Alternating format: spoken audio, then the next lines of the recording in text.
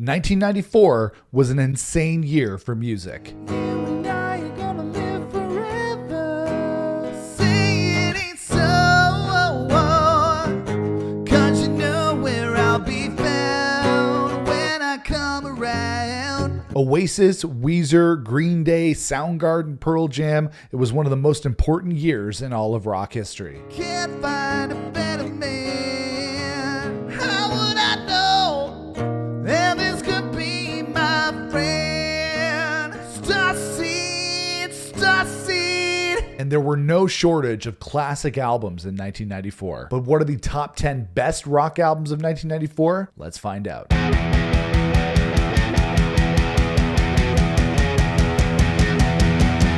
Hey everybody, it's Nick here with you. Welcome back to the Rock Squad channel. 1994 was one of the biggest years in rock of not just the 1990s, but in all of rock history. After the wave of grunge rock bands in the early 1990s like Nirvana, Soundgarden, Pearl Jam, Stone Temple Pilots, and more, there was a second wave of bands that hit the scene in 1994. It almost felt like after the death of Kurt Cobain in April 1994, which was such a blow to the music world and just to the world in general, there was almost like a kind of a mid-decade restart that resulted in the launching of some of the biggest bands of the 1990s and beyond. And those bands that did get their start in the early 1990s released records in 1994 that gave them a breath of fresh air and led them forward into the future. When it comes to 1994, it's pretty much stacked with classic records that we still talk about to this day. So without further ado, let's do this. These are my top 10 rock albums of 1994. In at number 10, we have Pearl Jam and Vitalogy. She lies and says she's in love with him. Can't find a better man.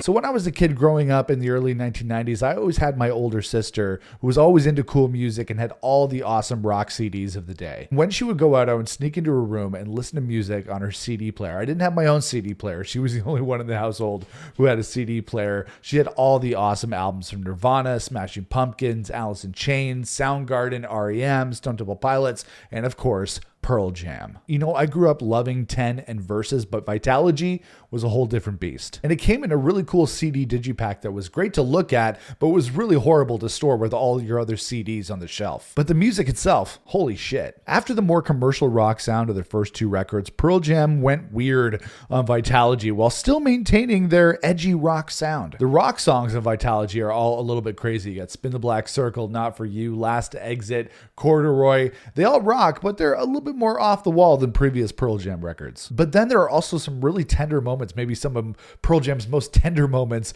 on Vitalogy, courtesy of Better Man and Nothing Man, basically the songs about the mans. Can't find a better man.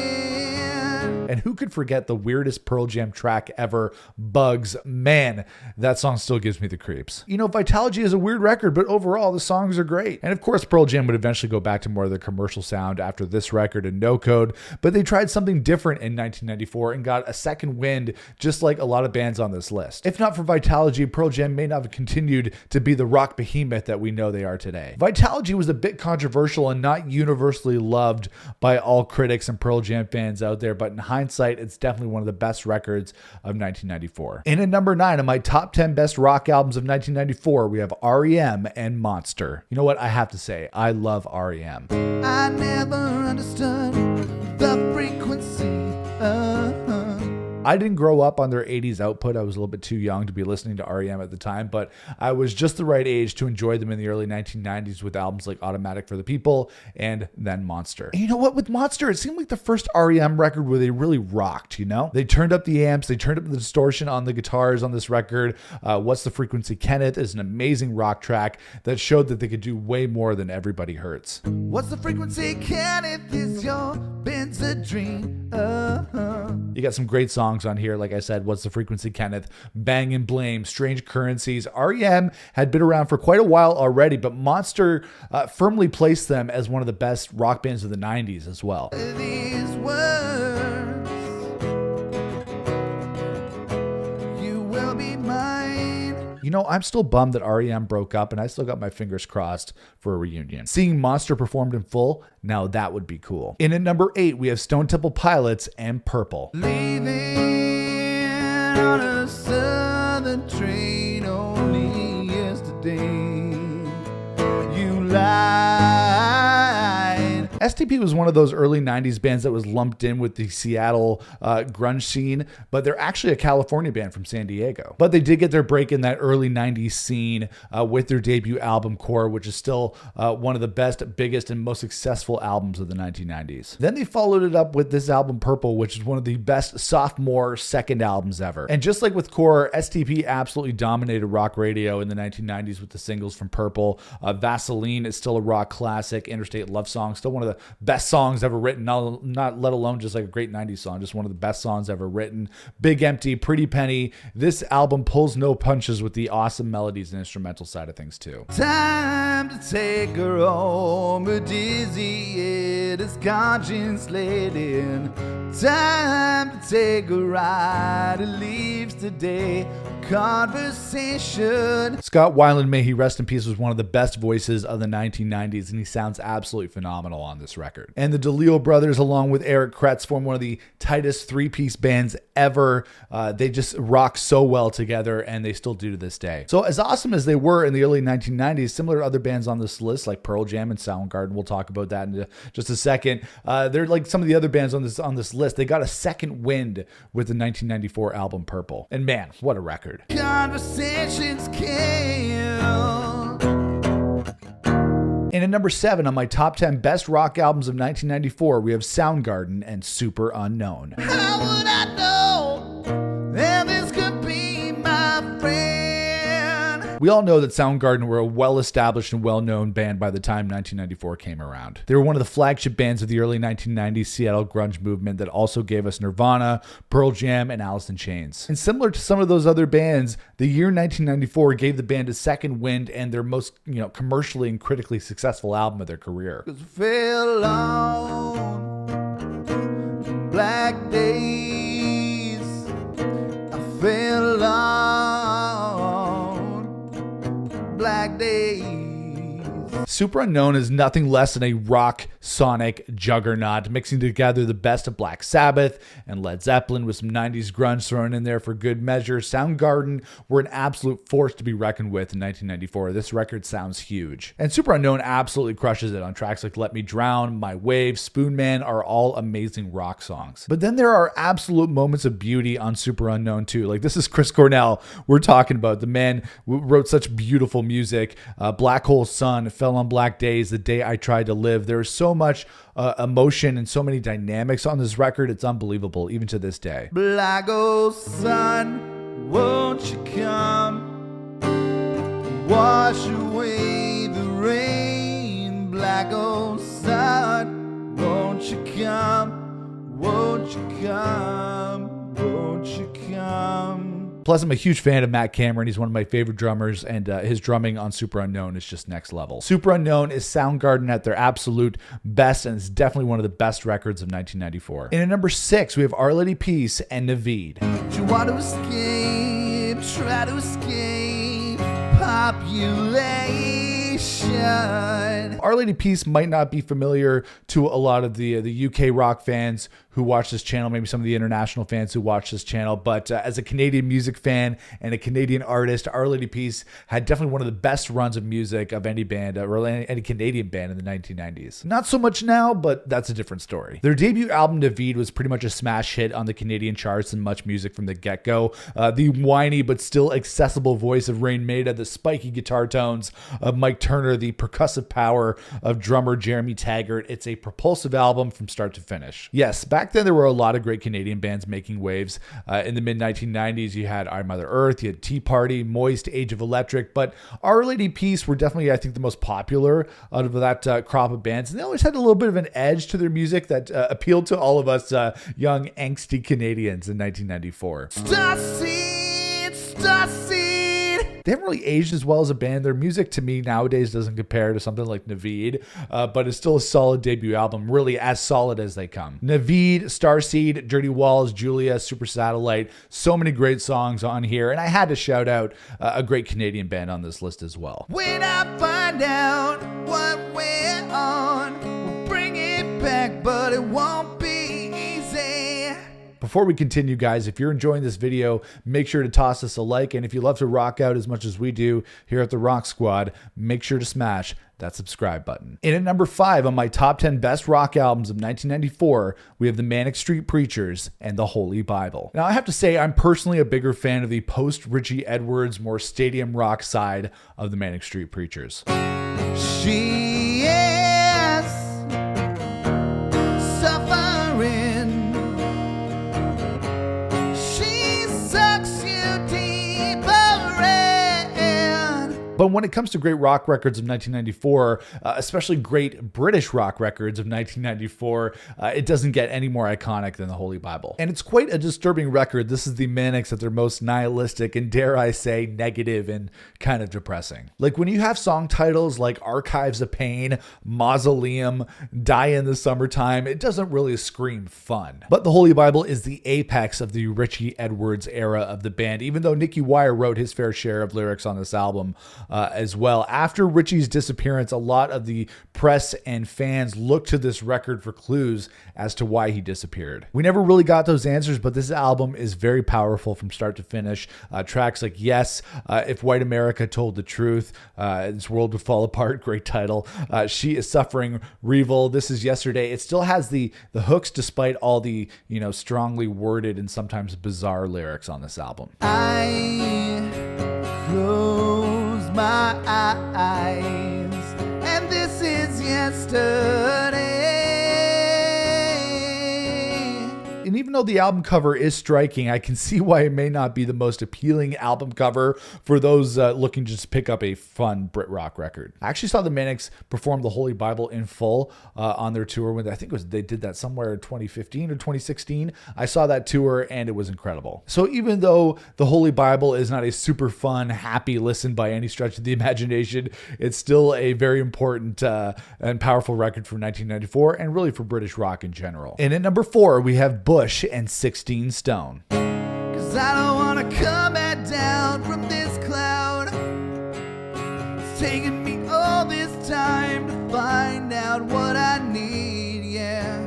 Let me tell you something, okay? When I was in elementary school in the mid to late 1990s, you were on one of two sides when it came to popular rock bands at the time, okay? Here in Canada, it wasn't Blur versus Oasis. You were either a Bush fan or an Oasis fan. And although I like Bush, or Bush X as they were known at the time, even back in the 1990s, I was a diehard and dedicated Oasis fan. Everything's gone white, everything's gray. Now you're here, now you're away. But you can't deny that Bush's debut album, 16 Stone, is a 1994 classic. Sure, they very much followed in the footsteps of Nirvana, maybe even ripped them off just a little bit. And even though they were British, they still sounded very American. But similar to Definitely Maybe, Bush introduced a lot of young fans to rock at the time. I think we can give them credit for that, especially here in Canada and the US and North America. Like I said, even though they were British. But who could argue with the songs on this record? It's absolutely stacked with hits. It's got Machine Head,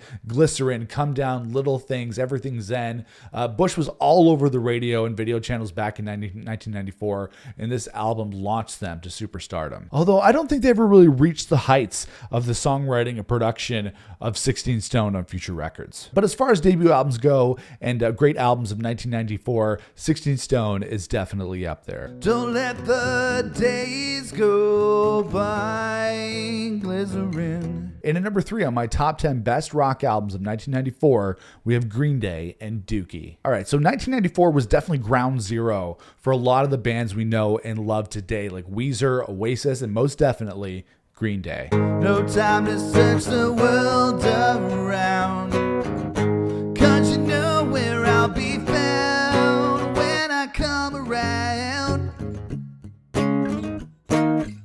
And while Dookie is actually their third studio album, it's their first record on a major label, and really it's the first Green Day record where they're the band that we know and love. And with Dookie, Green Day pretty much created the pop punk genre as we know it. Of course, we've had plenty of bands in the punk genre before and after that, but they established what pop punk should sound like. And every pop punk band after them, Blink-182, New Found Glory, Sum 41, they all owe a debt to Green Day for opening up the pop punk gates for which all those bands would walk through. And even Green Day still acknowledged the influence and power of this record because they're going to be playing the whole record in full on their upcoming tour. Longview, Basket Case, When I Come Around, She, Welcome to Paradise, Having a Blast. It's a super fun record with great songs for days. She screams in silence, a sullen riot penetrating through her mind. In at number 2 on my top 10 best rock albums of 1994, we have Weezer and the Blue Album. Oh yeah, alright, feels good inside.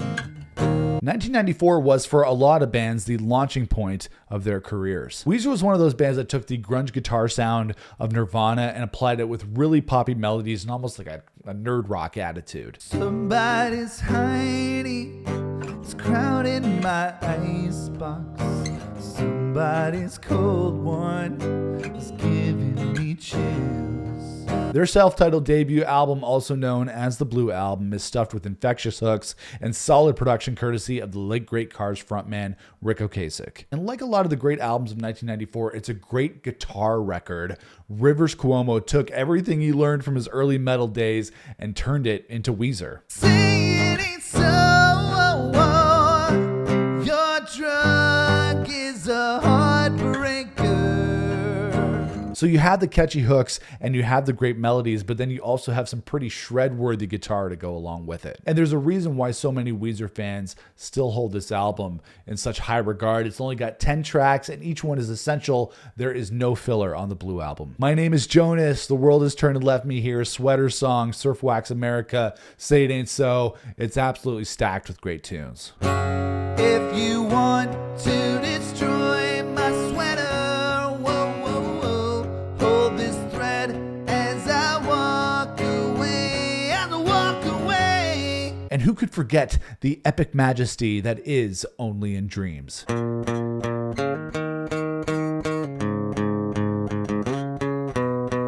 Weezer's Blue Album is still one of the best rock albums of 1994 and the 1990s in general, and absolutely deserves to be near the top or at the top of anybody's list. And in at number 1 on my top 10 best rock albums of 1994, no surprise here, it's Oasis and Definitely Maybe. Maybe I don't really want to know how your garden grows, 'cause I just want to fly. When people think about the definitive rock album of the 1990s, they think Nirvana's Nevermind, which rightfully so, absolutely should be up there. But as I said, I feel like 1994 was kind of like a demarcation point for the next half of the decade. And that demarcation point was made by one album, Definitely Maybe. Oasis burst onto the scene in 1994 and changed the game for British music and rock music in general. They were the antithesis to the sometimes depressing Nirvana. Instead of wanting to die, they wanted to live forever. Maybe you're the same as me. We see things they'll never see. You and I are gonna live forever. That's the thing. Oasis always had great music to back up their arrogance and attitude, and Definitely Maybe is a solid album from front to back. I dream of you and all the things you say. I wonder where you are now. From Rock and Roll Star through to Live Forever, Columbia, Supersonic, Cigarettes and Alcohol, Slide Away, all the way to Married with Children, there are no false steps on the Oasis debut album. There's no need for you to say you're sorry. Goodbye, I'm going home. And just like Nevermind revolutionized the music industry in 1991, Definitely Maybe was most definitely, you see what I did there, the album that signaled the next half of the 1990s with its release in 1994. For a year filled with great albums, in my opinion, no surprise here, this album is the greatest. Those are my top 10 best rock albums of 1994. Let me know what your favorites are in the comments below.